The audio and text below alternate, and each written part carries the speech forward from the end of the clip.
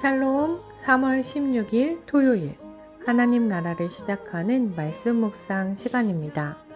오늘 우신 공동체에게 주시는 하나님의 말씀은 마가복음 12장 13절에서 27절까지의 말씀인데요. 장년누리의 서충한 장로님께서 말씀을 봉독해 주시겠습니다. 하나님 말씀에 귀 기울이시기 바랍니다. 저희가 예수의 말씀을 책 잡으려 하여 바리새인과 헤롯 당 중에서 사람을 보내매 와서 가로되 선생님이여 우리가 아노니 당신은 참되시고 아무로도 꺼리는 일이 없으시니 이는 사람을 애모로 보지 않고 오직 참으로써 하나님의 도를 가르침이시니이다. 가이사에게 세를 바치는 것이 가하니까 불가하니까 우리가 바치리이까 말리이까 한데 예수께서 그 의식함을 아시고 이르시되 어찌하여 나를 시험하느냐 데나리온 하나를 가져다가 내게 보이라 하시니 가져왔거늘 예수께서 가라사대 때 이 화상이 이 글이 네 것이냐 가로되 가이사의 것이니이다. 이에 예수께서 가라사대 때 가이사의 것은 가이사에게 하나님의 것은 하나님에게 바치니라 하시니 저희가 예수께 대하여 심히 기이 여기더라. 부활이 없다는 사두개인들이 예수께 와서 물어 가로되 선생님이여 모세가 우리에게 써주기를 사람의 형이 자식이 없이 아내를 두고 죽거든 그 동생이 그 아내를 취하여 형을 위하여 후사를 세울지니라 하였나이다. 7형제가 있었는데 마치 아내를 취하였다가 후사가 없이 죽고 둘째도 그 여자를 취하였다가 후사가 없이 죽고 셋째도 그렇게 하여 7이 다 후사가 없었고 최후의 여자도 죽었나이다. 7사람이 다 그를 아내를 취하였으니 부활을 당하여 저희가 살아날 때에 그 중에 네 아내가 되리이까. 예수께서 가라사대 때 너희가 성경도 하나님의 능력도 알지 못함으로 오해함이 아니냐. 사람이 죽은 자에서 살아날 때에는 장가도 아니가고 시집도 아니가고 하늘에 있는 천사들과 같으니라. 죽은 자에 살아난다는 것을 의논할진대 너희가 모세의 책 중에 가시나무 떨기에 관한 글을 하나님께서 모세에게 이르시되 나는 아브라함의 하나님이요 이삭의 하나님이요 야곱의 하나님이로라 하신 말씀을 읽어보지 못하였느냐. 하나님은 죽은 자의 하나님이 아니요 산 자의 하나님이시라. 너희가 크게 오해하였다 하시니라. 아멘.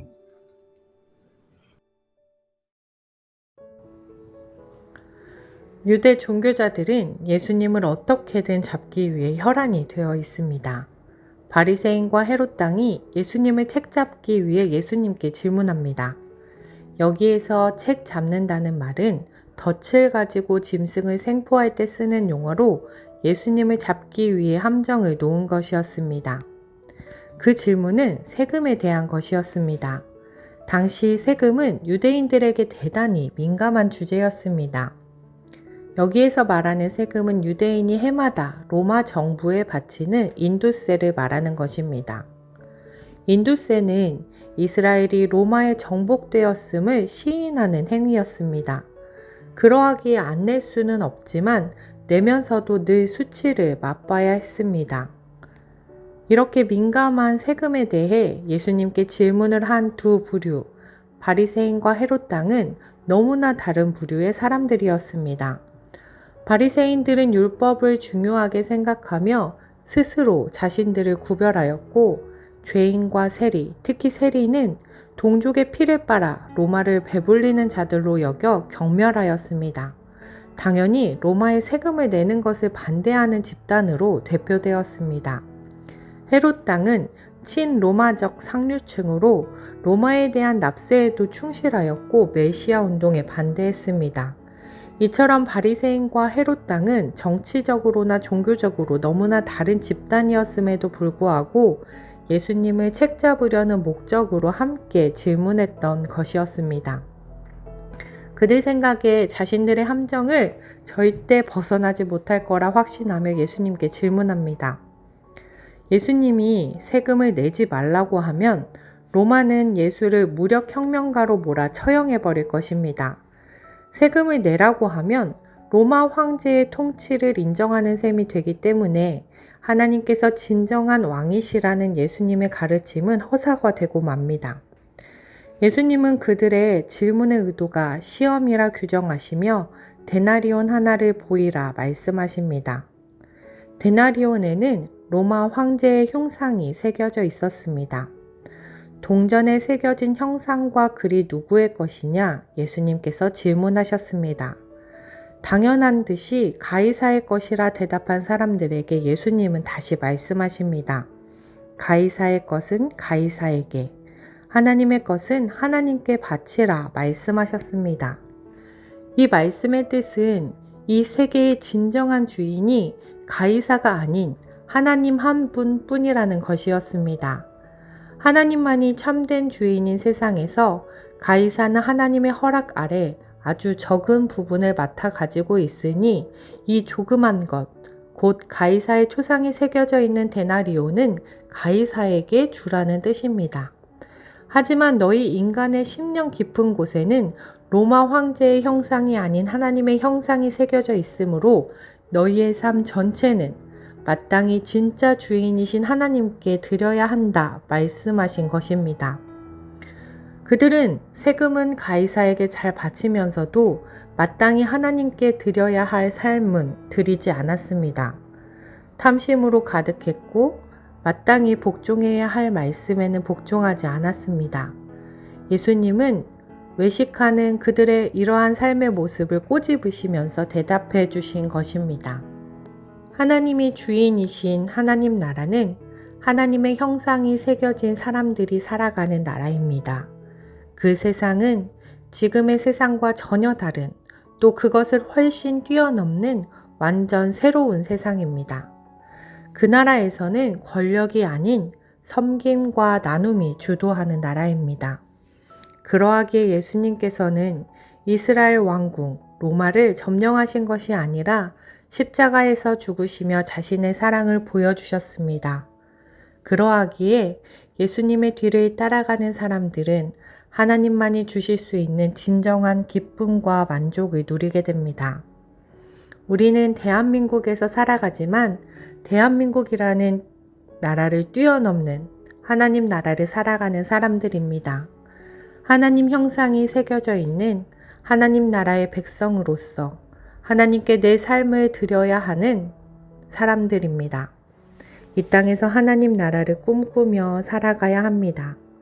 오늘도 내 삶의 자리에서 하나님 나라를 세워나가는 높은 듯 우신 교회 성도 되길 소망합니다. 기도하겠습니다. 사랑의 하나님, 우리는 이 땅의 나라를 넘어서는 하나님 나라를 살아가는 사람들입니다. 하나님의 형상이 새겨져 있기에 마땅히 하나님께 내 삶을 드려야 하는 사람들입니다. 이 땅 가운데 하나님 나라를 꿈꾸며 살아가는 자들 되게 하옵소서. 내 삶의 자리에서 하나님 나라를 세우며 살아가는 성도 되게 하옵소서. 감사드리며 예수님 이름으로 기도드립니다. 아멘. 말씀을 봉독해 주신 서충환 장로님의 사연을 먼저 읽어드리겠습니다. 30살까지는 배우면서 살고 60살까지는 돈 버는 맛, 자식 키우는 맛, 자기 성취의 맛, 바쁘고 쪼들리고 고생하는 맛에 살다가 자녀가 성장한 60 이후에는 다른 각도의 길을 선택하였다. 손해보는 인생. 지금까지 나와 가족을 위한 삶이었지만 60 이후 세 번째 삶은 다른 사람을 위한 삶으로 선택하고 10년간 살아왔고 남은 생도 그렇게 살 수 있기를 기도합니다. 나는 손해보는 삶을 선택하였는데 하나님은 이익에 이익을 더해 너무 큰 은혜로 나를 높여주신다. 매일매일 구름을 밟고 산다. 땅에서 살지만 하늘의 생을 사는 것 같다. 매일 아침 구름을 뚫고 솟아나는 태양과 같이 힘차고 희망의 희망으로 시작하여 늦은 저녁까지도 피곤하지 않고 내일을 기대하며 설렌다. 타인을 위한 삶이 이렇게 좋고 기쁘고 감사한데 왜 사람들은 시도를 못하는지 모르겠다. 매년 나이 먹는 것이 너무 좋다. 1년 136걸음을 앞으로 가는 게 좋다. 흐릿하던 하나님의 형상이 점점 선명하게 보이는 것이 좋다. 선물 보따리 가지고 고향 부모님 뵈러 가는 설렘이 좋다. 살날이 손가락으로 셀 수 있는 나이가 된 것이 너무 좋다. 자녀의 고통 때문에 눈물 흘려보지 못했는데 가난과 추위, 힘겨운 생활에 고통당하는 이웃을 보며 눈물 흘리는 내가 좋다. 나는 손해를 택했는데 하나님은 기대치 못한 기쁨과 만족을 주시니 감사하고 감사하며 감사하고 감사하며 감사할 뿐입니다. 함께 오는 세상을 섬기시는 서충환 사무국장님의 귀한 고백이신데요. 장로님처럼 하나님 나라를 세워가는 우신 공동체를 소망하며 장로님께서 추천해 주신 찬송가 64장 기뻐하며 경배하세 함께 들으시겠습니다.